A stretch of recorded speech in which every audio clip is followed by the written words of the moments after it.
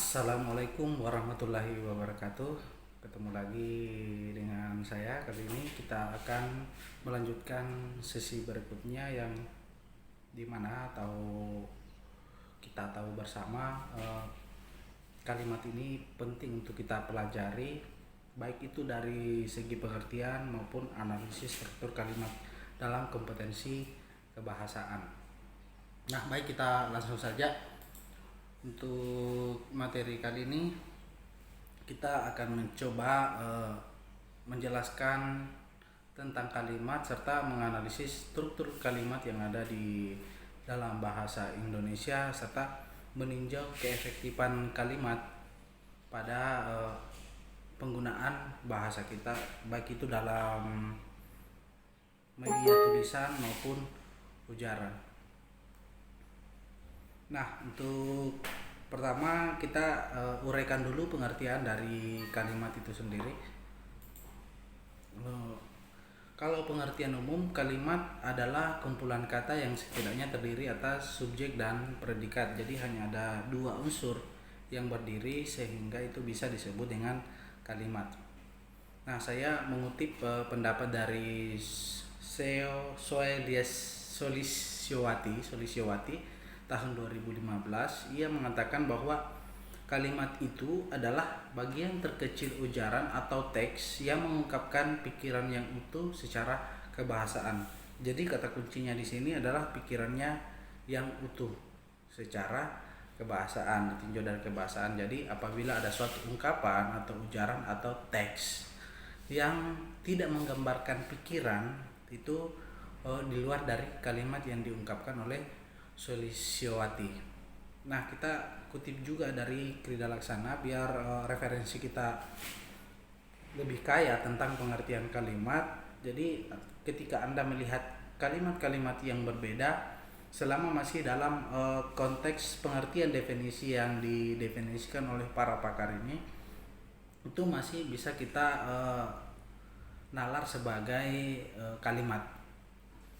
Nah, sekarang kita ke Krida Laksana di tahun 2001.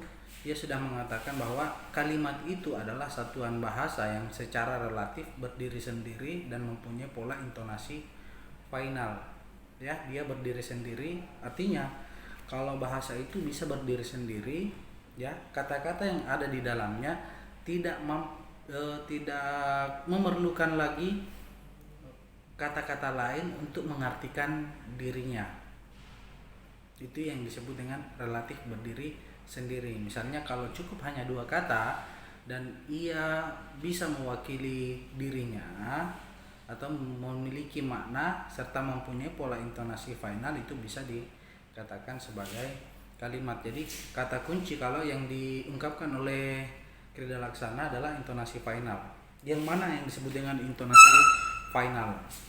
Intonasi final itu bisa seperti tanda titik, ya, kalau dia di dalam tulisan, tanda tanya, tanda seru, dan tanda-tanda lain yang biasa kita artikan sebagai penutup dari kalimat kita.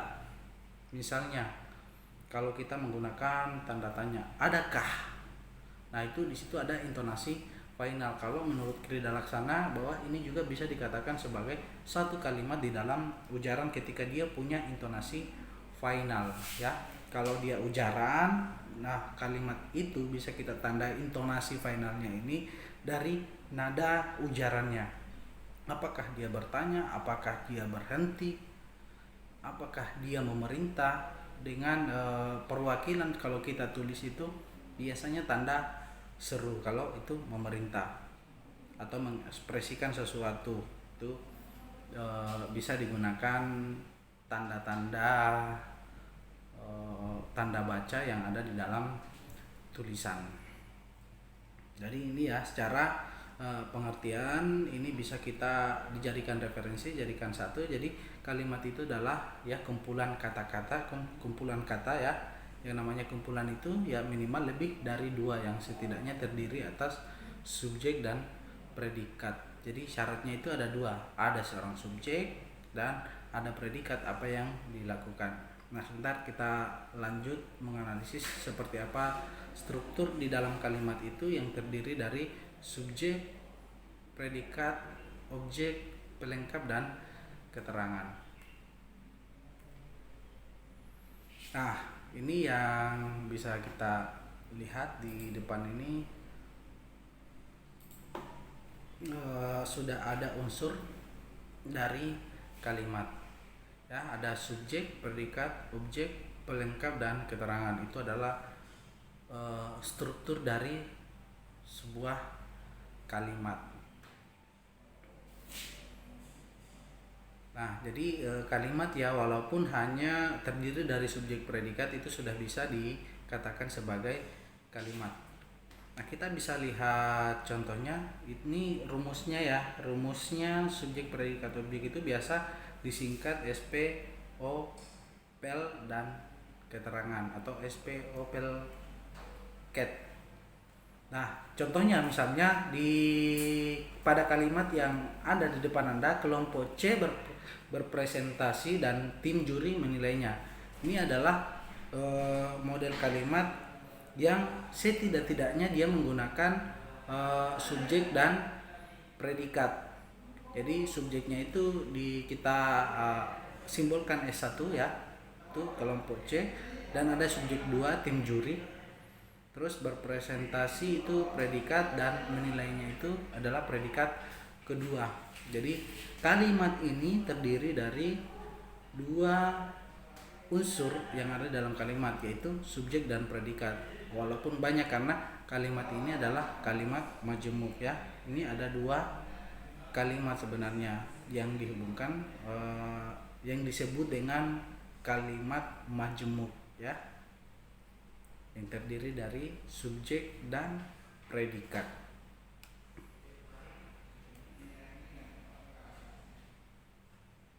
Nah, kita bicara subjek dulu.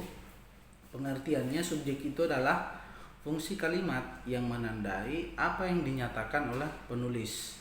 Posisi subjek dalam kalimat itu bebas ya, penting diingat. Posisi subjek itu bebas, bisa di depan, bisa di tengah, bisa di belakang, dan lain-lain sebagainya. Kita lihat contoh yang sama dengan contoh sebelumnya tadi. Kelompok C berpresentasi. Nah, itu adalah subjeknya. Dia bisa menempati kata yang ada di depan kalimat, walaupun sebenarnya kita bisa posisikan di akhir kalimat dengan cara membalikkan kalimatnya. Yang penting sesuai dengan kaidah. Jadi subjek ya, subjek adalah seorang pelaku. Siapa pelakunya di dalam itu kita bisa definisikan. Kalau predikat, kita definisikan apa yang dia kerjakan. Apa yang dikerjakan oleh subjek itu adalah predikat. Oke, baik, kita lanjut lagi ke predikat. Predikat adalah fungsi kalimat yang menandai apa yang dinyatakan oleh penulis tentang subjek ya, apa yang dilakukan atau apa yang dinyatakan oleh subjek. Posisi predikat dalam kalimat juga bebas, kecuali tidak boleh di belakang objek dan di belakang pelengkap. Nah, contoh tadi ada contoh di depan, mahasiswa mengerjakan tugas mata kuliah. Struktur kalimat ini terdiri dari SPO, subjek, predikat, objek ya, ada objeknya. Objeknya adalah tugas mata kuliah, dan posisinya itu tidak boleh di belakang objek ya, dia harus di depan dari objek. Nah, ini sudah di depan ya. Posisi predikat dia bebas, tetapi dia tidak boleh di belakangnya objek atau di belakangnya pelengkap. Nah, objeknya tugas mata kuliah, berarti kita tidak bisa menulisnya mahasiswa tugas mata kuliah mengerjakan ya. Kalau kita balik strukturnya, SOP, mahasiswa tugas mata kuliah mengerjakan. Oke, bisa dipaham ya sampai di sini. Sekarang kita berpindah ke objek. Nah, objek adalah fungsi kalimat yang melengkapi kata kerja aktif dan kata kerja pasif sebagai hasil perbuatan atau yang dikenai oleh perbuatan. Jadi objek adalah hasil dari predikat tadi. Kalau predikat adalah perbuatan, objek ini adalah hasilnya atau dia yang dikenai perbuatan. Biasanya ciri-cirinya objek itu berupa kata benda ya. Nah, kalau fungsi objek ini posisinya terletak di belakang predikat ya, di belakang predikat. Contoh yang bisa Anda lihat di depan, anggota DPR RI menyetujui Undang-Undang Omnibus Law minggu lalu. Kalimat ini terdiri dari subjek, predikat, objek, dan keterangan. Subjeknya anggota DPR RI, predikatnya menyetujui, objeknya Undang-Undang Omnibus Law, dan keterangannya itu minggu lalu ya, yakni keterangan waktu. Nah, begini posisi kalimat yang benar, bahwa objeknya itu di belakang dari predikat. Jadi menyetujui adalah predikat, dia berada di belakang. Undang-Undang Omnibus Law sebagai objek itu berada di belakang predikat. Nah, sekarang kalau kita balik mana gramatikalnya akan menjadi kacau kalau kita tidak memenuhi kaidah ini. Contoh ya, dengan kalimat yang sama kita balik, anggota DPR RI Undang-Undang Omnibus Law menyetujui minggu lalu. Nah, mananya ini menjadi kacau secara gramatikal karena tidak mengikuti kaidah fungsi dari objek itu. Jadi fungsi objeknya itu selalu ya, kaidahnya selalu terletak di belakangnya predikat. Nanti kalau ketika Anda menuliskan sesuatu, bisa Anda analisis strukturnya untuk melihat apakah kalimat saya sudah benar, tidak akan menimbulkan kekacauan makna. Dilihat dulu bagaimana fungsi-fungsi tersebut itu Anda letakkan. Kalau fungsi itu adalah fungsi objek, maka letakkanlah pada bagian belakang dari predikat. Oke, kita lanjut lagi. Nah, sekarang pelengkap. Nah, cara pengertian pelengkap itu adalah fungsi di dalam kalimat itu dia memiliki fungsi kata kerja, melengkapi fungsi kata kerja sehingga predikat kalimat itu menjadi lebih lengkap. Nah, contohnya kita sebagai subjek akan mengumpulkan itu adalah predikat dan adalah objek, untuk sumbangan adalah pelengkap. Jadi dia biasanya melengkapi fungsi predikat maupun fungsi objek di dalam kalimat. Misalnya ini tadi sudah ada contoh di sini untuk sumbangan. Jadi kita akan mengumpulkan dana itu sebenarnya sudah cukup, tapi karena kita ingin melengkapi agar informasi kita lebih utuh, kita mencoba untuk melengkapinya untuk sumbangan. Nah, selama 3 minggu itu kita tambahkan keterangan di dalamnya, walaupun Anda sebenarnya bisa bolak-balik selama tidak melanggar kaidah kebahasaan yang sudah ditentukan. Nah, yang terakhir, struktur yang terakhir itu ada keterangan. Keterangan adalah fungsi kalimat yang melengkapi fungsi-fungsi kalimat, yaitu melengkapi fungsi subjek, fungsi predikat, fungsi objek, atau fungsi semua unsur di dalam kalimat. Posisi keterangan dalam kalimat bebas, tidak terbatas. Jadi kalau dia bebas dan tidak terbatas, itu bisa dia di depan, bisa di belakang, bisa di tengah. Posisi ini tidak ada larangan kita menempatkan di mana. Misalnya minggu lalu saya ada di Jakarta, berarti minggu lalu ini kita tempatkan di depan, itu masih kalimat yang benar. Nah, keterangan ini ada 3. Dia bisa berupa keterangan waktu ya, keterangan waktu kapan, keterangan tempat di mana, dan keterangan suasananya seperti apa. Kalau waktu bisa malah hari Minggu, bulan, jam, tempat bisa di kantor. Nah, suasana biasanya apakah ramai, sepi, dan lain-lain sebagainya yang berbau suasana. Itu semua adalah kata keterangan di dalam kalimat.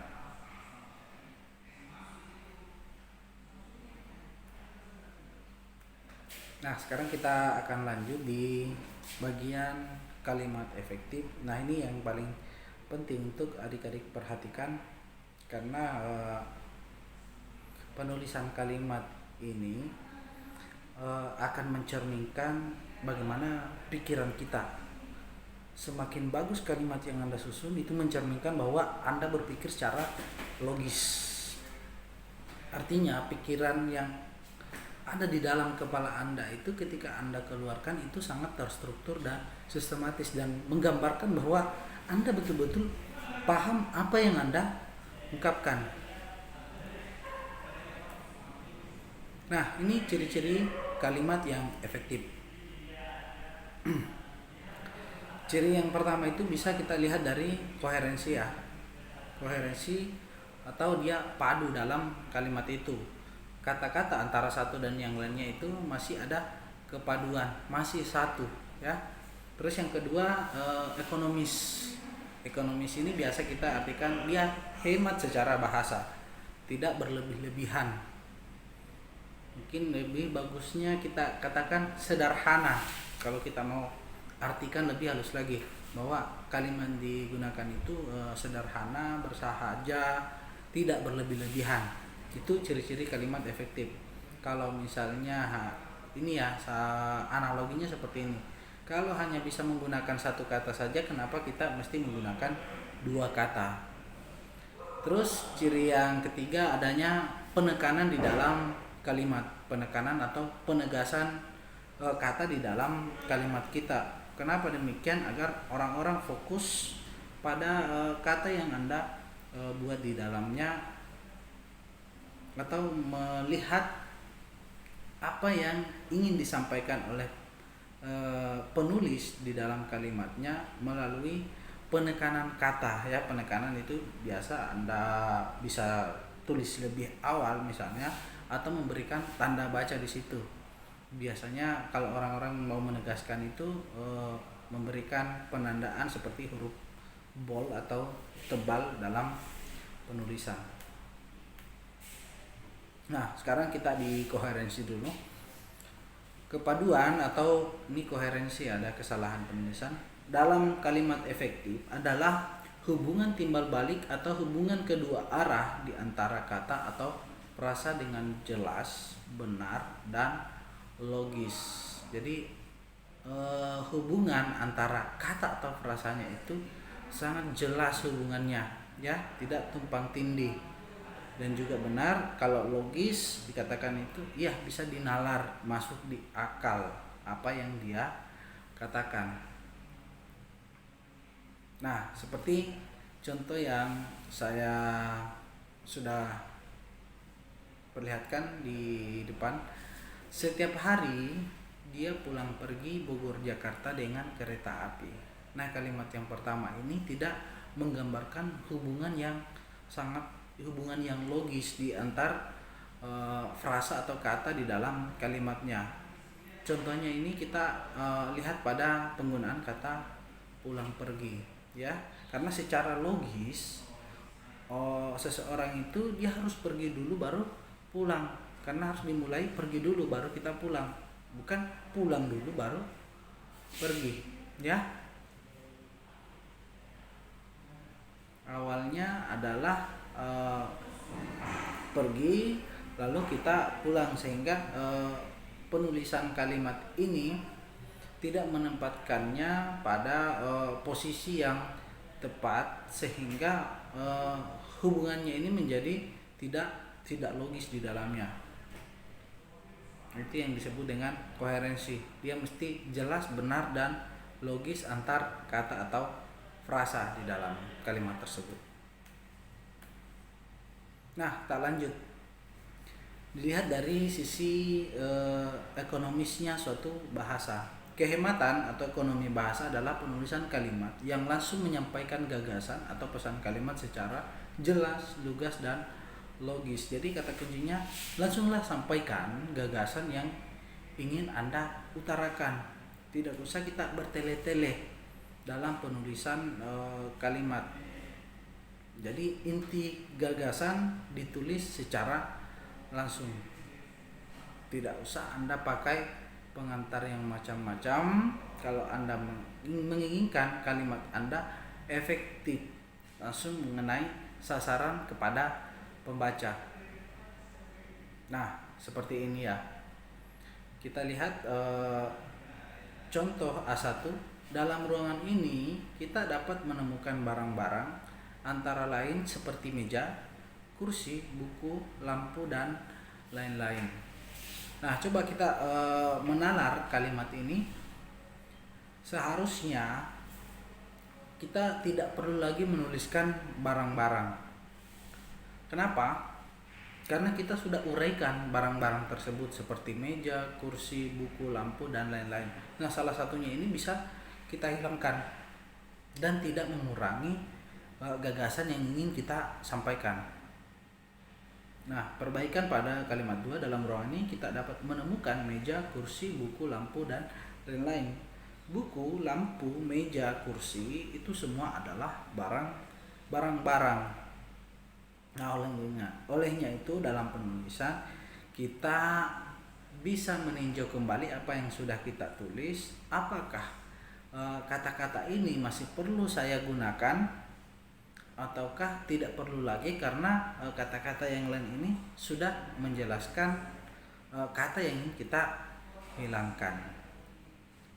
Kalau kata kuncinya begini, kalau Anda menghilangkan kata itu, apakah akan mempengaruhi makna yang ingin Anda sampaikan?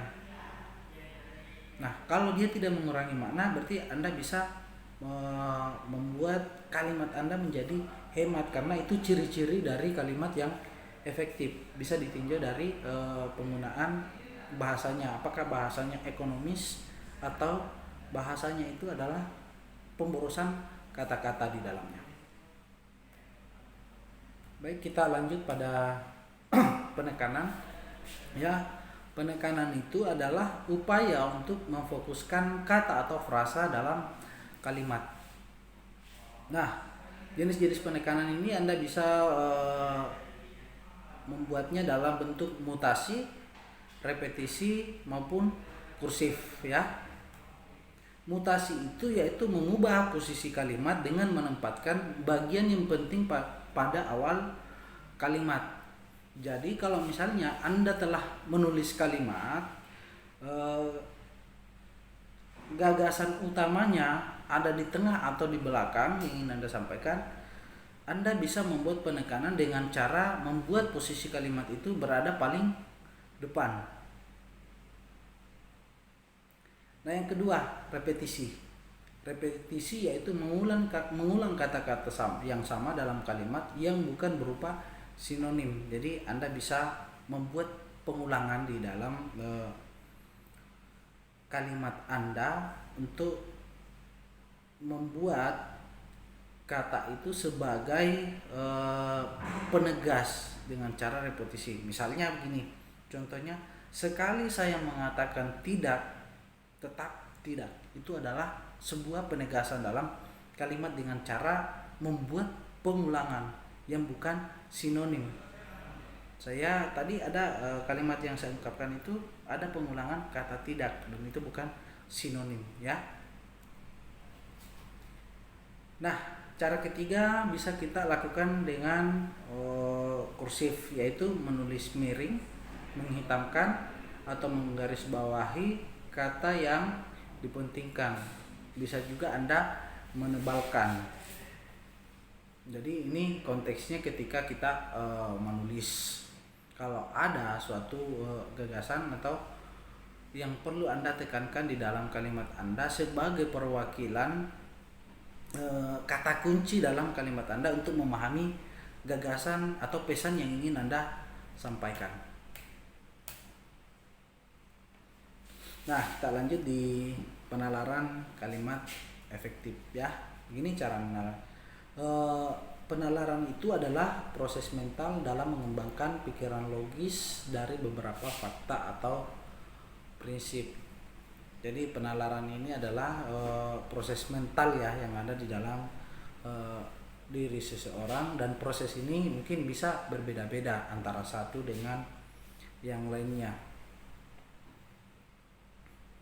Jadi ketika Anda melihat suatu fakta, Anda mencoba menganalisis, mencoba membaca di dalam pikirannya, itu yang disebut sebagai penalaran. Anda mencoba menalar, membaca dalam pikiran Anda. Jadi yang pola yang terjadi dalam kepala Anda adalah proses analisis, mencoba melihat sesuatu. Nah, hal yang diutamakan dalam penalaran adalah proses berpikir logis, bukan dengan perasaan atau bukan pengalaman. Jadi yang dianalisis itu adalah fakta, bukan perasaan, bukan juga pengalaman. Ya, misalnya Anda melihat suatu tulisan atau Anda menulis, perasaan Anda yang terbawa, atau pengalaman Anda saja yang Anda tuliskan, tapi Anda tidak pikirkan secara logis fakta kalimat yang Anda tuliskan. Jadi berbeda. Kalau kita melakukan penalaran, yang kita gunakan adalah berpikir secara logis, bukan perasaan maupun pengalaman yang sangat subjektif. Jadi upayakan kalau Anda membuat penalaran, terutama pada kalimat, jangan menggunakan perasaan. Misalnya Anda mengatakan kalimat ini sudah benar karena teman Anda yang menulisnya, atau misalnya tulisan ini sudah benar karena begitu juga yang pernah saya tuliskan berdasarkan pengalaman saya. Nah, hal itu kita tidak gunakan dalam penalaran kalimat efektif. Yang mesti kita gunakan adalah proses berpikir secara logis. Nah, selanjutnya, penalaran tidak akan tercapai jika tidak didukung oleh kesatuan dan kepaduan kalimat dalam penetapan alur, ya. Tidak akan tercapai jika tidak didukung kesatuan dan kepaduan kalimat. Jadi kalimat itu mesti padu, ibaratnya sebuah suatu struktur atau tangga, ya. Dia mesti beriringan antara satu dengan yang lainnya. Ada tahap 1, tahap 2, tahap 3. Kalau ada yang terpotong satu saja misalnya, itu bisa membuat kecelakaan di dalamnya. Kalau di dalam kalimat itu akan mengacaukan makna gramatikalnya. Jadi hanya bisa dinalar, dilihat hubungannya apabila kalimat itu memang satu dan padu. Nah, sekarang kita lihat seperti apa sih hubungan logis di dalam kalimat. Ini ada 3 jenis hubungan. Hubungan yang pertama adalah hubungan koordinatif, terus hubungan korelatif, dan hubungan subordinatif. Nah, kita langsung di hubungan logis koordinatif. Hubungan logis koordinatif ini adalah hubungan yang setara di antara bagian kalimat dalam kalimat majemuk setara. Hubungan logis koordinatif ini ditandai dengan konjungsi dan, serta, tetapi, atau, melainkan, sedangkan, padahal, ya. Jadi kalimat itu setara sebenarnya. Mobil itu kecil tetapi pajaknya sangat besar. Ini contoh kalimat majemuk yang setara. Nanti di subordinatif itu adalah kalimat yang bertingkat kebalikan dari hubungan koordinatif. Bisa Anda baca di sini contohnya, mobil itu kecil tetapi pajaknya sangat besar. Ini adalah dua pernyataan yang berbeda namun posisinya dalam kalimat itu sama-sama. Misalnya, saya mengerjakan tugas, ya, saya mengerjakan tugas dan mahasiswa belajar online. Jadi ciri-cirinya penggunaan kalimat majemuk setara itu dia menggunakan konjungsi dan, serta, tetapi, atau, melainkan, sedangkan, padahal, ya. Baik, kita lanjut hubungan logis korelatif. Pengertiannya, hubungan logis korelatif ini adalah hubungan yang saling terkait di antara bagian kalimat. Jadi kita mengaitkan antara kalimat yang pertama dengan kalimat kedua, ya. Hubungan korelatif ini ditandai oleh konjungsi berikut ya. Pertama, hubungan penambahan itu biasa kita menggunakan baik maupun tidak hanya, tetapi ada juga hubungan perlawanan tidak tetapi bukan, melainkan. Dia tidak gagah melainkan,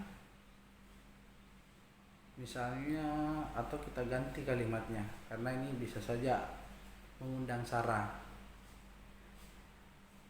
Dia tidak miskin melainkan orang yang kaya.